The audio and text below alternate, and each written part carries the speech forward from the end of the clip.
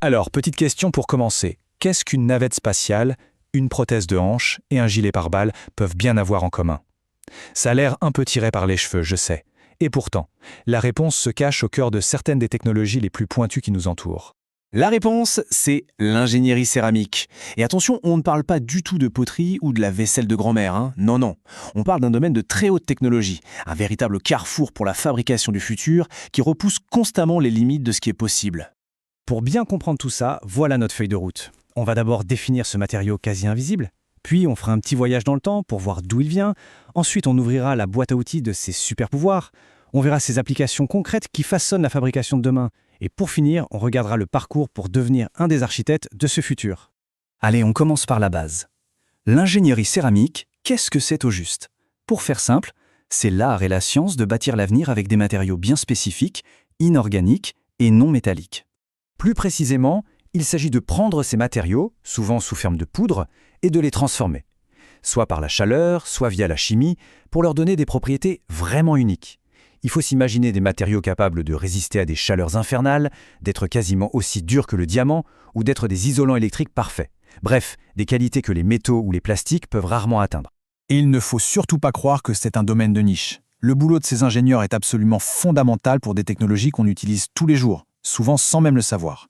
Du smartphone dans notre poche au réseau électrique qui alimente nos villes, l'ingénierie céramique est partout, discrète mais essentielle. Maintenant, voyons un peu comment on en est arrivé là. L'histoire de la céramique, c'est bien plus que celle de l'argile et des potiers. C'est une véritable saga d'innovation qui a tout changé. L'évolution est juste incroyable. Bon, on a eu les débuts de la fabrication moderne au XVIIIe siècle, ok. Mais le vrai tournant, c'est quand on a appris à purifier les matériaux, comme l'alumine. Et là, tout s'accélère. Vers 1880, les frères Curie découvrent la piézoélectricité. C'est cette idée géniale que certaines céramiques créent de l'électricité quand on appuie dessus. Ça a ouvert la voie à toute l'électronique moderne. Puis, dans les années 20, on a commencé à les utiliser pour résister à des chaleurs folles. Et le coup de grâce, 1986, la découverte des supraconducteurs en céramique, qui a complètement redéfini les possibles en matière d'énergie et d'électronique. Mais alors, qu'est-ce qui rend ces matériaux si spéciaux?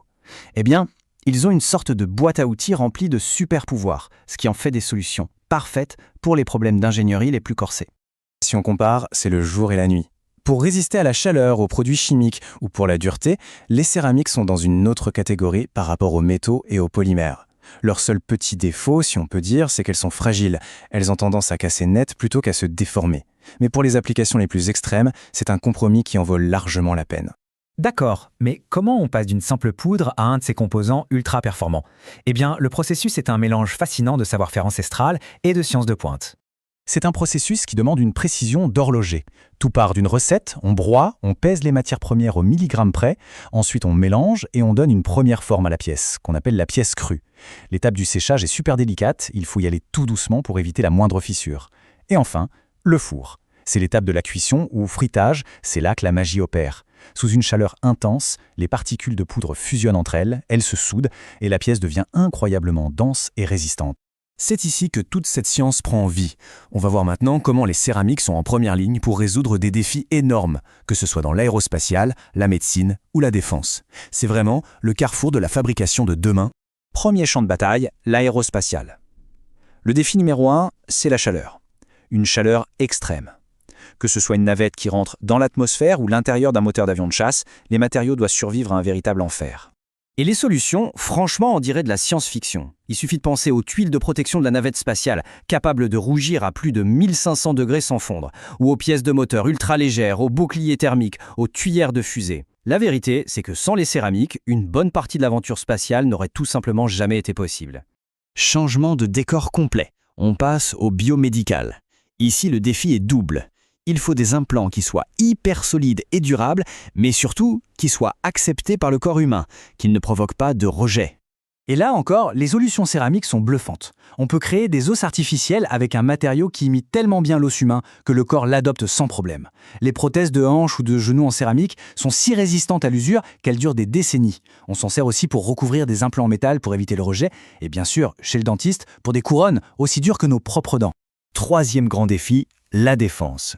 L'enjeu est énorme. Comment protéger au maximum les soldats et les véhicules contre les balles et les éclats, tout en gardant le matériel le plus léger possible pour ne pas entraver la mobilité. C'est là que les céramiques enfilent leur cape de super-héros. Elles sont au cœur des plaques de gilets pare-balles ou des blindages de véhicules, offrant une protection incroyable pour une fraction du poids de l'acier. Elles permettent de créer des vitres blindées transparentes pour les cockpits. Et ce n'est pas tout, elles sont aussi la clé des systèmes de vision nocturne ou de guidage de missiles, grâce à leurs propriétés optiques uniques. Bon, après avoir vu toutes ces applications un peu folles, ça donne envie de savoir ce que ça représente de faire ce métier. Alors jetons un œil au parcours de celles et ceux qui façonnent littéralement le monde de demain. Alors, une carrière dans ce domaine, ça donne quoi?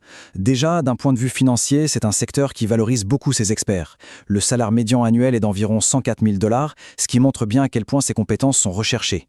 Et la bonne nouvelle, c'est que ce n'est pas un domaine sur le déclin, bien au contraire. On prévoit une croissance de l'emploi de 5%, c'est plus rapide que la moyenne. Ça veut dire que le secteur est en pleine forme et que de nouvelles opportunités se créent en permanence. Pour donner un ordre de grandeur, ça représente environ 1700 postes ouverts chaque année, rien qu'aux États-Unis. Il y a donc de la place, que l'on soit jeune diplômé ou professionnel aguerri. Mais les compétences techniques ne font pas tout. Pour réussir dans ce domaine, il faut un certain état d'esprit. Il faut être créatif pour trouver des solutions, avoir une attention presque maniaque du détail, un esprit d'analyse très poussé et surtout savoir communiquer et travailler en équipe. Parce que les grandes avancées, elles se font rarement seules dans son coin. Et tout ça nous amène à une dernière question, une question pour l'avenir. On a vu comment les céramiques ont sculpté notre présent, du fin fond de l'espace à l'intérieur même de notre corps.